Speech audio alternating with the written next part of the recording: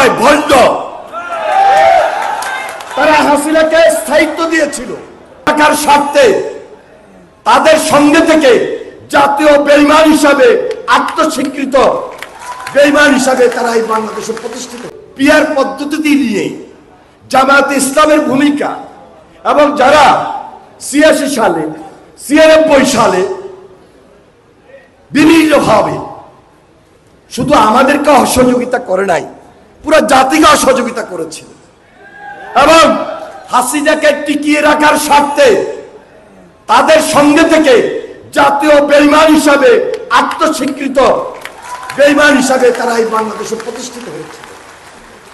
সর্বশেষ মনে রাখেন, এই যে ১৭ বছর এই যে ইসলামী শাসনতন্ত্র আন্দোলন,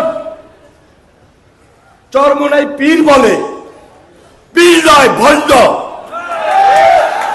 তারা হাসিনাকে স্থায়িত্ব দিয়েছিল। এমন কোন দালালি ফাঁকা মার্কার ছিল না।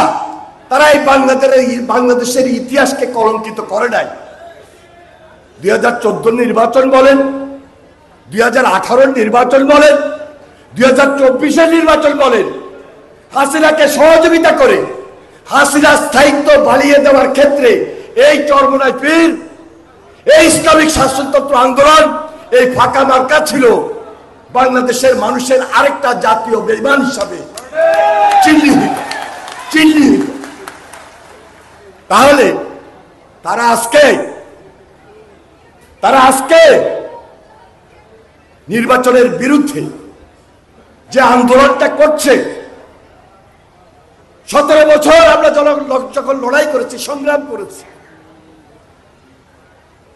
তখন তো আমরা এই পাকা মার্কাকে খুঁজে পাই নাই।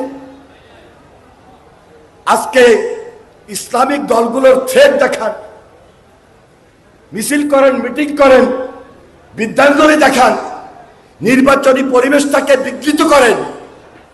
এই পরিবেশ থেকে বাইরে হতে হলে ঐক্যই হলো শক্তি, সুদৃঢ় ঐক্য, যেটি জিয়া রহমান বারবার বলার চেষ্টা করেছেন, ইস্পাত কঠিন দৃঢ় ঐক্য।